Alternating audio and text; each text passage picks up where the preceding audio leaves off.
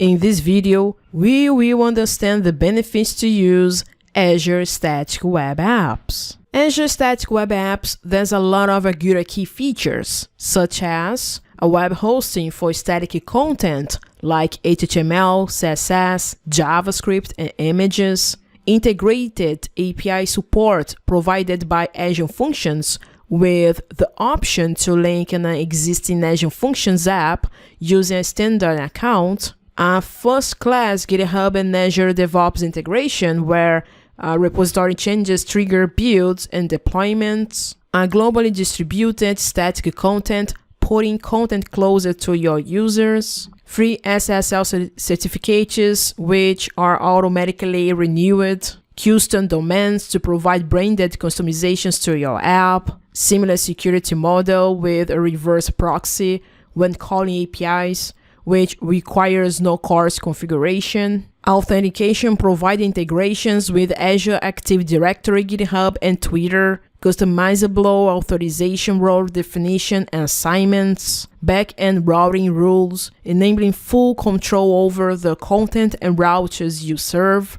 and finally, generated staging versions powered by pull requests, enabling preview versions of your site before publishing.